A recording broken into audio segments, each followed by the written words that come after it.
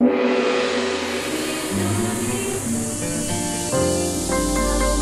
Channel 3, Jembatan Pencerahan.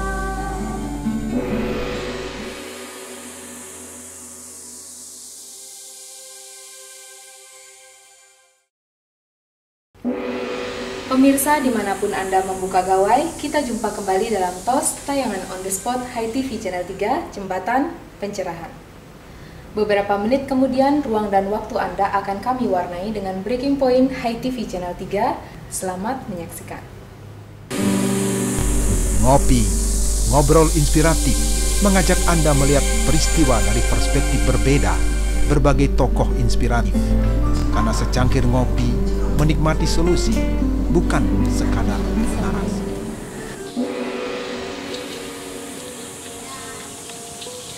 Pemirsa HiTV, sebulan sekali kita menyiarkan acara khusus Diskusi Nyangluh, renyah penuh sesuluh oleh para kolumnis Wartam. Kali ini menjadi spesial karena diselenggarakan di tengah acara Wartam Weekend di kawasan Tepi Siring Golf Bedugul. Saya Diah Parisia bersama dua kolumnis Wartam, Pak Yoga Segara dan Pak Dayo akan mengulas lebih jauh Pankofir, pandemi coronavirus. Pankofir ternyata sebuah momentum. Momentum seperti apa? Semua kita saksikan setelah pesan berikut ini. Acara ini disponsori oleh Butik Buku Hindu, Altarnya Pustaka Dharma, menghadirkan pustaka utama untuk melengkapi koleksi perpustakaan keluarga Anda. Bapak-bapak, apa kabar? Becek ya. Maaf saya mengganggu waktu weekend Pak Dayu dan Pak Yoga, karena ini ada sedikit yang menggelitik tentang Pankofir, pandemi coronavirus. Konon ini sebuah momentum. Nah, Pak Yoga, saya masih sangat awam. Itu momentum seperti apa ya? Ini momentum kemanusiaan, momentum kita bersama, sama-sama kita menghadapi sebuah virus yang kemudian dianggap bisa mengubah tatanan kehidupan manusia. Ya. Pak Dayu juga melihatnya seperti sebuah momentum. Ya, ini momentum pertama bahwa kita harus menyadari diri bahwa kan dalam teks sastra Hindu kan awakto rumuhun warah dening hayu, itu di dalam Ramayana, bahwa ini harus menjadi ceramah bagi diri kita sendiri, menceramai diri kita sendiri akan Pankofir ini, pandemi coronavirus.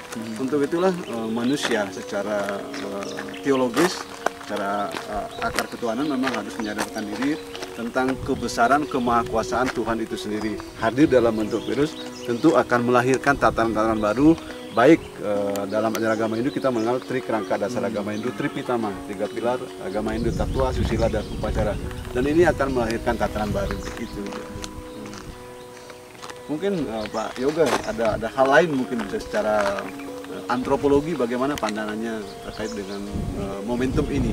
Ya, kalau saya baca beberapa literatur gitu ya, penelitian dan bahkan mungkin secara empirik gitu kan, seringkali ada siklus-siklus yang membuat manusia harus disadarkan dengan satu momentum. Dan bahkan hidup itu butuh momentum. Ya. Dan sangat cara yang ekstrim sangat seperti ini ditentukan oleh momentum-momentum tertentu. Jadi ada momentum orang sadar karena sakit misalnya, ada momentum orang karena senang gitu kan. Dan yang lebih penting dari memahami momentum itu adalah apa setelah itu, gitu kan. Dan kalau kita baca misalnya kebencanaan di dunia, ini momentum-momentum yang sepertinya datang ya tanpa kita sadari. Kalau orang Prancis bilang histoire se répète gitu ya. Sejarah itu biasanya mengalami keterulangan. Nah, mungkin saja bentuknya seperti sekarang. Jadi momentum ini memaksa semua orang, gitu, entah siapa saja, untuk sadar, gitu kan, seperti yang Pak Dayo katakan, menyadari dirinya, menyadari dirinya dengan orang lain, dirinya di alam semesta. Jadi tatanan kehidupan itu ternyata bisa diubah oleh sebuah virus yang kecil. Jadi yang kecil itu bisa mengubah yang besar. Dan yang besar itu sekarang tidak berarti apa-apa di hadapan yang kecil. Gitu ya. Ya. Kalau yang melihatnya begini juga Pak Yoga Segara, manusia ini kan utama, memiliki sabda, bayu, dan hidup seperti itu. Ini kalau Sara Samuscaya kemudian menyebutkan kita harus memang tumulung awaknya saking sengsara. Bahwa ini adalah penderitaan, kita harus menolong diri kita segera kan seperti itu. Dengan tindakan-tindakan, dengan perilaku-perilaku agama. Tetap aja kita meyakini bahwa ini adalah kemahakuasaan Tuhan yang memang kita harus tunduk. Tapi di balik ketundukan itu kita harus berbenah kan seperti itu. Matutun ikang atma rijatini.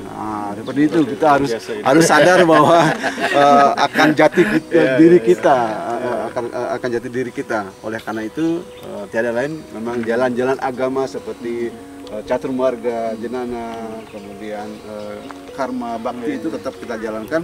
Dan secara evolusi di agama Hindu kita sudah mengenal dari zaman Weda, kemudian Brahmana sampai Upanishad, itu sebuah evolusi kan seperti itu.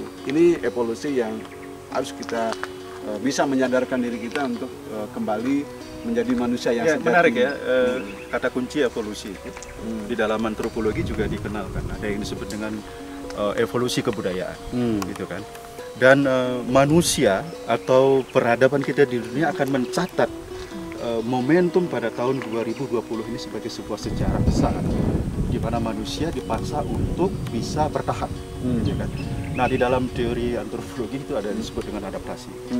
Dan klasiknya adalah bahwa siapa yang bisa bertahan, maka dia bisa melanjutkan kehidupannya, melanjutkan kebudayaan. Kan Herbert Spencer bilang survival of the fittest, itu evolusinya. Dan seringkali manusia secara antropologis harus menghadapi hal-hal seperti ini untuk dia bisa bertahan, untuk dia bisa kuat, untuk dia bisa melanjutkan hidupnya, gitu kan.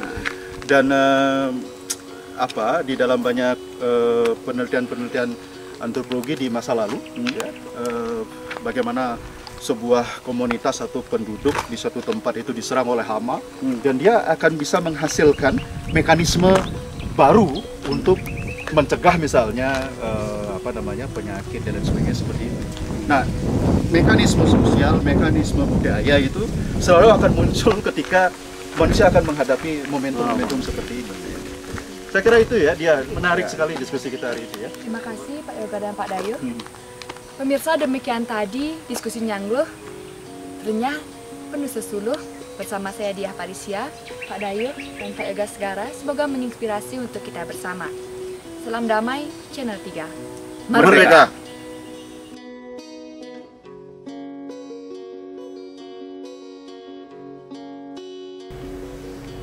Apakah sesungguhnya arti kata merdeka dan mahardika? Benarkah hanya berarti kebebasan walau sedang di tengah pandemi coronavirus?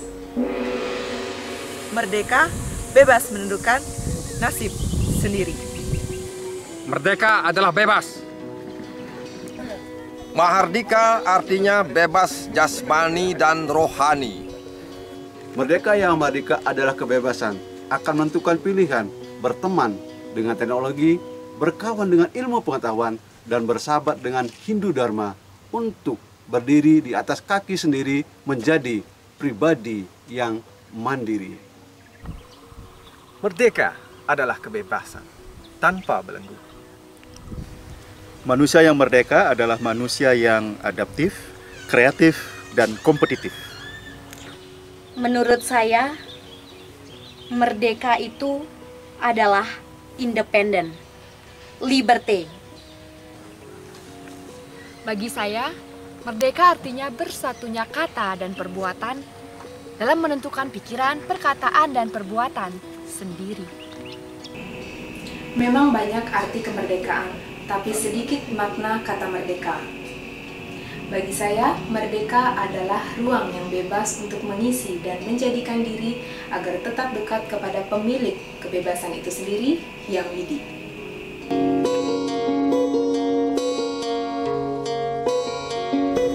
Pemirsa, demikian tadi narasi Tatwa Susila acara berupa tontonan, berisi tatanan, memberi tuntunan. Semoga dapat bermanfaat dan menginspirasi untuk kita bersama. Salam damai, Channel 3.